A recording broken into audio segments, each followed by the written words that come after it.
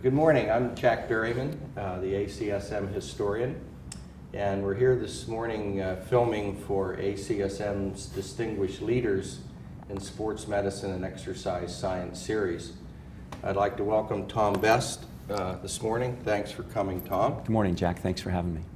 Tom's one of the past presidents, of course, and but we're going to start by going back a little bit in your career. If you could tell us where you grew up, your hometown, high school. Sure. That type of thing. Yeah. And again, thanks for having me. So I'm from Windsor, Ontario, in Canada, and that's where I spent the first 21 years of my life. Grew up like every Canadian, wanting to be a professional hockey player. Yeah. And one time I played against Wayne Gretzky. We were 12 years old. Oh my heavens. And the score was 6-2. They beat us 6-2. I got the 2 goals and he got 6 for a city called Brantford. And came out of the dressing room and my dad had left and my mom was standing there and I had to walk home 6 miles with my hockey bag. And I said, "What happened?" And she said, "Well, I don't know who that guy was, but Dad was really upset and decided he'd let you walk home for that." So we subsequently became really good friends, Wayne and I. But So Windsor's right across from Detroit, right? You bet. Yeah. Absolutely. Yeah. Okay. Absolutely. So from there, I went to college, did my undergraduate studies in kinesiology at the University of Windsor. Did you know Alan Metcalf? I did. I know Dr. Metcalf very well. He was one of my professors. He and I go way back. Excellent. Yeah. So I did my undergraduate and also did a master's there with Earl Noble, who was a disciple of the late Dr. Phil Galnick. Mm-hmm. And that's really where I became interested, if you will, in skeletal muscle physiology, exercise physiology. From there, I went to medical school at the University of Western Ontario, which is in London, Ontario, and had the good fortune of studying under 2 very prominent orthopedic surgeons, Dr. Peter Fowler and Dr. Richard Hawkins. So that's where I got my start in clinical medicine, and in particular in sports medicine. In the back of my mind, though, as I was finishing up medical school, the decision was, when or if do I go on or go back to my first love, which is exercise physiology. Yeah. And I had the good fortune as a second-year medical student of spending some time at Duke University in North Carolina, where I met Dr. Bill Garrett. And I spent the summer working in his laboratory. And as I was finishing up medical school and starting my internship, the plan was to become an orthopedic surgeon and go back to London, where I would work with Dr. Fowler and Dr. Hawkins. In any event, on a Friday afternoon during my internship year, when our countryman Ben Johnson got into trouble, as that was occurring, I picked up the phone and it was Dr. Garrett, and he said, "What are you doing next year?" I said, "Well, I'm going off to do my orthopedic residency and stay in Canada." And he said to me, he said, "No," he says, "you're too smart for that." Oh. I said, "This is coming from an orthopedic surgeon." So in any event, I had the good fortune of getting what's called MRC scholarship from the Canadian government.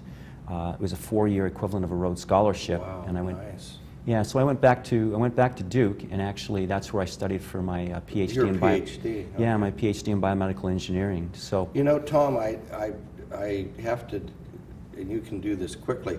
Could you give me some dates? We went through this too fast here. Yeah. So, Well, it all happened fast. High school. High school Graduation. High school graduation was 1977 or 78, I believe. Okay, and then to Windsor. Then to Windsor for 5 years. So you were a kinesiology major. Kinesiology major. Did you do a master's Did then? a master's with That's what I thought. Okay. Dr. Earl Noble, yeah. Okay. Yeah, so I stayed on an additional So year. were you thinking pre-med all that time? Or? I certainly was, yeah. It was in the back of my mind, and as things go, timing is much of life, or Yes. everything, some people would say. Yeah. So it actually came together nicely for me. I know a lot of younger people ask, why didn't you do the MD, PhD program? But in reality, it was Worked out. It worked out just fine. So the 4 years of med school at Western Ontario were what dates? So that was 84 through 88. Okay, so then now when you headed back down to Duke. Right. Well, I did my internship. In Canada, Oh, okay. you can do what's called a rotating internship, and that qualifies you for your clinical license.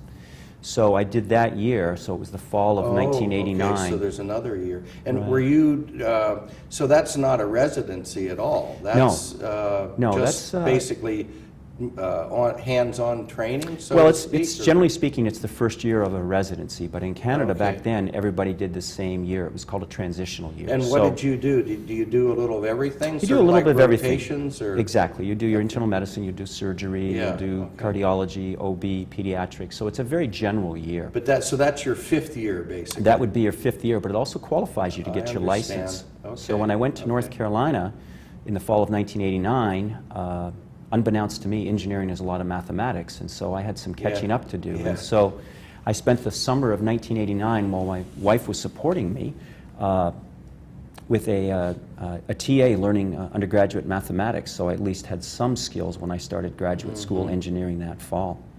So this is a 4-year This was stint, this was basically, 4 years. and you were culminating in a Ph.D., and that was in engineering then? I was in biomedical engineering. Yeah, Yeah, wow. yeah, Wow, okay. yeah.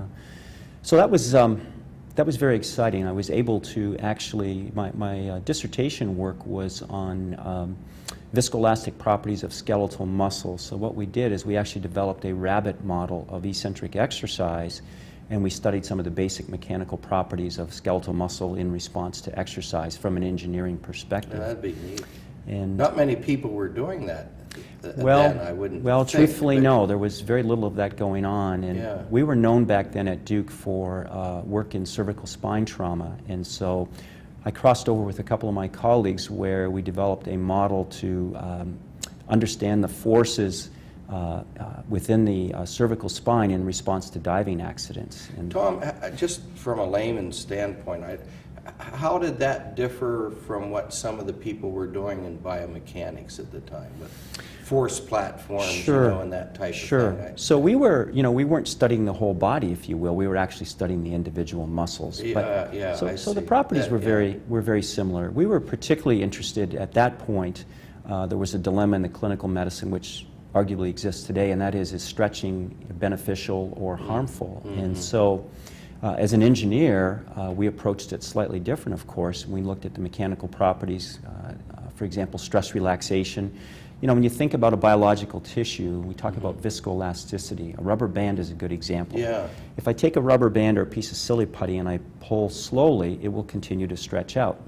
But if I try to pull it quickly, Snap it becomes brittle and it snaps. Yeah. And that's really what biological tissues Oh, are. that's neat. Okay, that's a good analogy. Even I understood that. Well, I was at that stage, believe me, Jack. It was a very interesting experience, as you can Yeah. imagine, and I'm certainly indebted to the folks who made me stick it out. So then, did you have to do a residency for orthopedics? Well, the plan was at that point, and I'll never forget getting the letter from Dr. Fowler congratulating me on finishing my Ph.D., and he was expecting me back home. And so I sat back and thought about it, and Dr. Garrett said to me, at the time, Duke was interested in having me stay on as well to do sports medicine. But to make a long story short, I didn't have a residency at that point. So again, timing is everything in life. I was very fortunate to go to Chapel Hill, University of North Carolina, Chapel Hill. So I'm both a Dookie and a Tar Heel. Yeah. And did my residency in family medicine there. Oh, and family med, okay. And I was able to get full credit for my internship with some negotiations and some late night discussions. For your Canadian year. Correct. Yeah. So I came in and did my 2 years Okay. in order to complete my residency Your in family 3-year, medicine. which would have been. Right. Okay, what was the next stop for you? Well, at that point, it was time to say, I think my wife was ready to say that we were hoping to start a family, and she I was. laugh because 10 years my wife supported me, and Yeah. she said no postdoc. Yeah.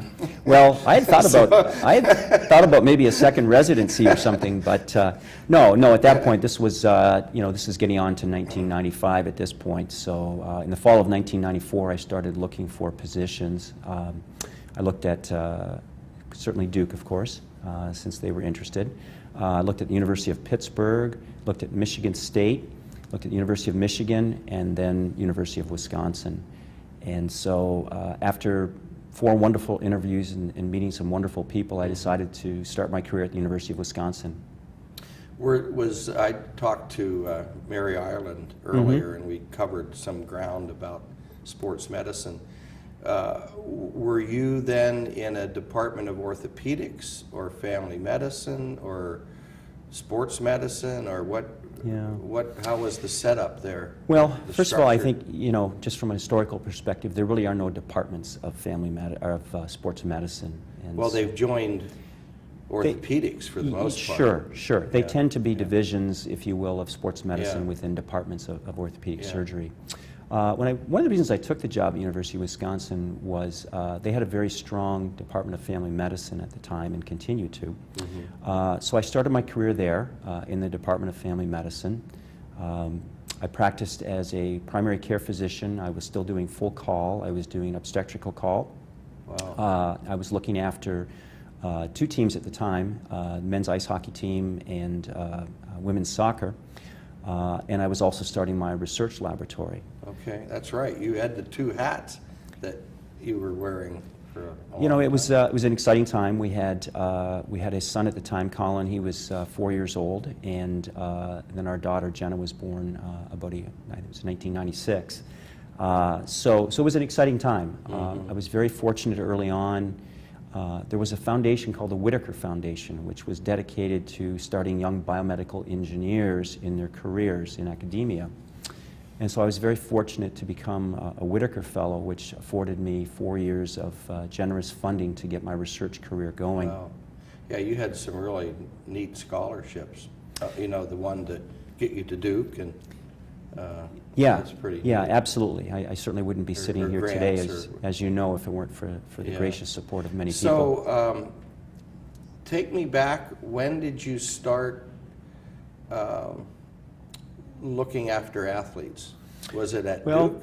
so when I was at Duke, again, thanks to Dr. Garrett, he was able to get me involved with some of the teams there, so I helped cover men's soccer with him. Okay. And so I was able to, while I was in the laboratory, completing my Ph.D. studies, I was also Okay.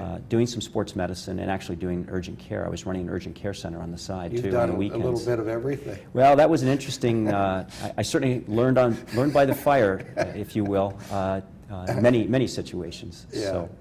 And then you continued looking after some athletes when you went to Wisconsin. Mm-hmm. Okay. Yep, as I said, I was involved there with Yeah. Men's ice hockey as well as women's Okay. soccer.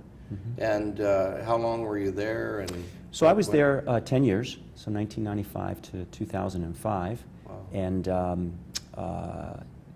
it was a wonderful 10 years.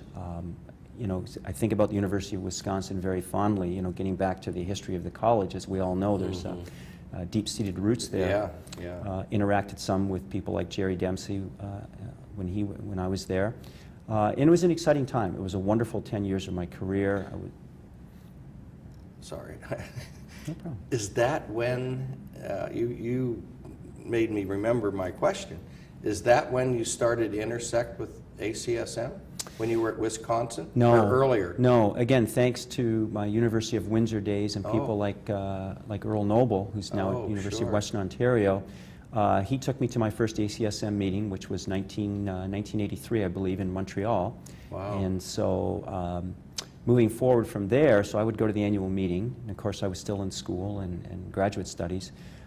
Peter Raven approached me probably back in 1992 and said that he wanted to bring some clinical influence or clinical involvement to the journal. So I don't know if you remember, we came up with these supplements they were referred to as. Yeah.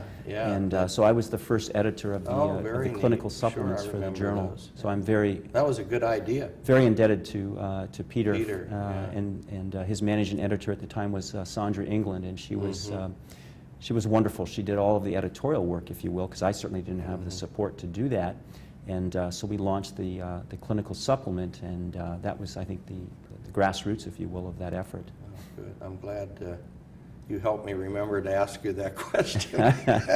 So now back to when I interrupted you. You 10 years at Wisconsin. And, 10 years at Wisconsin, and Ohio State. I received a phone call, I believe it was March of 2003, and I was in clinic. And my nurse came to me and she said, "There's a Dr. Larry Gable on the phone from Ohio State. He wants to speak with you." And I said, well, I'm, seeing patients, as you know. And she said, well, he's being very persistent. I said, okay, get a number and I'll call him back. So that was the opening discussion of the second phase of my career, if you will, or second stop, which has been at Ohio State, where I've now been for 10 years. And who was Gable at the time? So Larry was the Vice Chair of Academic Affairs in the Department of Family Medicine Okay. at Ohio State. And so Okay. he reached out to me, and I took a look and a second look, and as they say, the rest is history. Yeah, yeah. And what is your position there? What were you hired? Was it Family Med again, or? Right. So I started my career there in the Department of Family Medicine. I came in as a full professor. I had gotten tenure and promotion at the University of Wisconsin about 7 years into my career there. So as an associate professor for the final 3 years of my career there, and then negotiated. Actually, it went very, very well to come in as a full professor. The timing was about right. The timing was very right, and Yeah. then, truthfully, they also offered me an endowed chair at that point. Very so nice. I Wow. felt like it was a good opportunity, Yeah. and it's turned out to be a wonderful opportunity both for me as well as my family as Yeah. well. Were you able to continue your lab work, so to speak, at the same time? And, I have. So I started out, I wore too many hats early on, and we've since learned from that. I came in as the division chief of sports medicine in the Department of Family Medicine. I was also the fellowship director. I was trying to get my laboratory restarted and my clinical practice in sports medicine as well. So it was an exciting time, but I came in with that understanding that shortly thereafter, I would start to look for opportunities for my junior faculty as well. And so about 3 years ago, I stepped aside as the fellowship director, maybe 4 years ago. And one of my junior faculty, Dr. Jim Borchers, took over and is doing a wonderful job with that. 2 years ago, last year, I stepped aside as the division chief. It had been 9 years, and I felt like it was time for somebody else to have a chance, and I'm now vice chairman for academic affairs in the Department of Family Medicine. I see, okay. I know we touched on this earlier, and Mary Ireland and I were discussing this too. Some programs, like where I'm at Washington, they added sports medicine to the title of their orthopedics department. So it's orthopedics and sports medicine. And she said it was that way at Kentucky, yet at Ohio State, sports medicine is a division of family medicine. It sounds like. I mean, That's right, is that Jack. right? Yeah, we actually have the two divisions: the division of sports medicine and orthopedic surgery, and then the division of sports medicine in the Department of Family So Medicine. is there a department of orthopedics separately? Yes, absolutely. I see. Yeah, Okay, that I yeah. didn't understand. And that Okay. tends to be a fairly traditional model, although it? Okay. as Mary Lloyd said, there's often, it's a division in the Department of Orthopedic Surgery. Yeah, okay.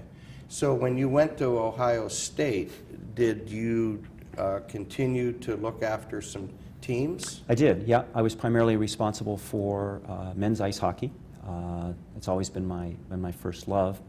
I stepped aside from that 2 years ago, again, to help my junior faculty grow, and I now look after our pro lacrosse team, the Ohio Machine, and I'm also the medical director for our dance medicine community, Ballet Met, a professional dance company. So it's been a nice transition for me. It's a different set of athletes, if you will, both professional sports, and then I do some high school coverage I as like well. the idea of dancer as athlete. I mean, I've always felt that way. And, It's been a wonderful experience for me. I would tell you this, Jack, I probably have learned more from those athletes as a community, if you will, than from my ice hockey. I'd like to think, even though I didn't do a good job of stopping Wayne Gretzky, that I at least well, you're understood. only 12. I was only 12, yeah. My dad did remind me of that until his passing.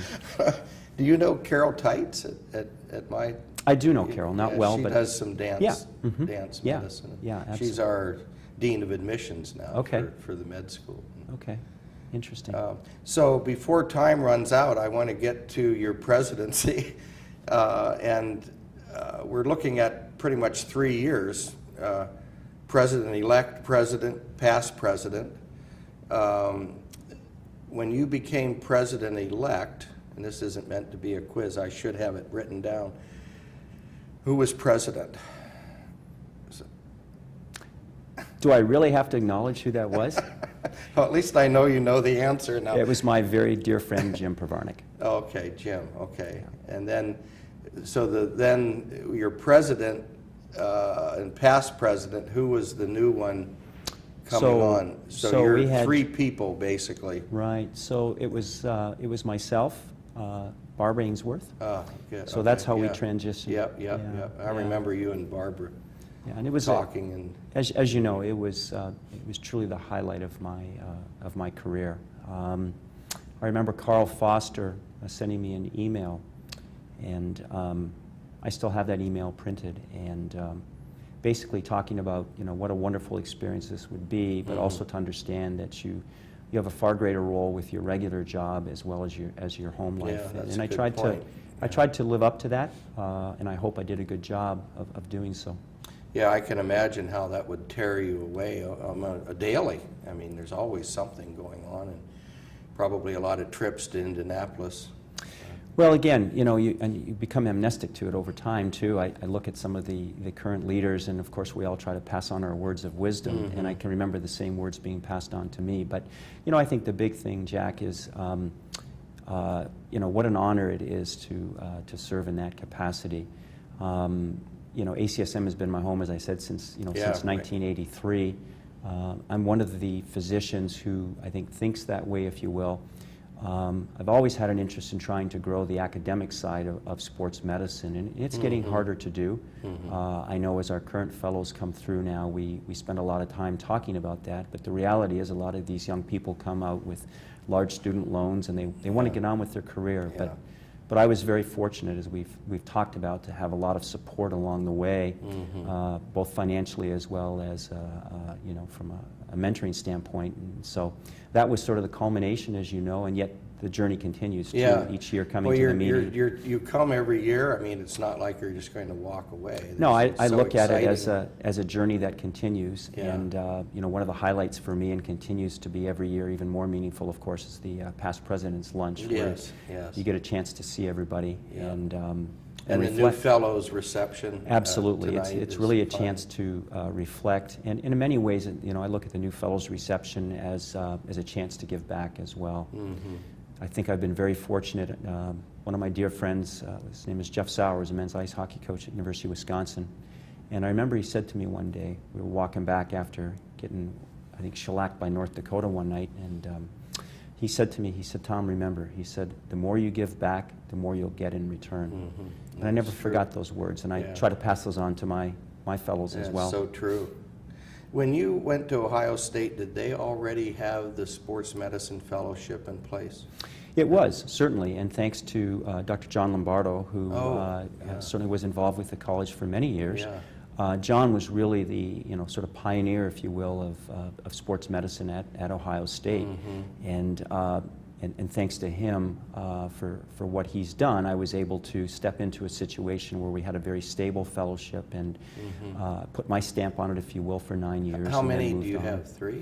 We have 2 fellows. Two, okay. John had 4 at one point. We made the decision to go with 2 fellows, and we've continued to do so. How many? When it's sort of like Penn State, when I think of Ohio State, I think of their football team. But how many team physicians, so to speak? There must be.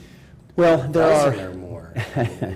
Yeah, it feels like it sometimes. Everybody is a team physician, as they say. But no, there's a core group of 8 of us that look after the teams. We have 36 teams at Ohio State, so over 1,000 student athletes. Wow. And that's been a wonderful part of my career. It has certainly changed over the years. It has become much more time intensive, if you will. And let's be honest, college sports has changed as well. And so you need to be able to adapt and grow. I told you it would go fast. I keep looking Oh my God, at my watch. I was going to say this is the fastest any of them ever went. So Uh-oh. That's a good thing. Is that a good thing? Yes, it is. Okay. Thank you, Okay. Tom. That's for chatting. well, yeah.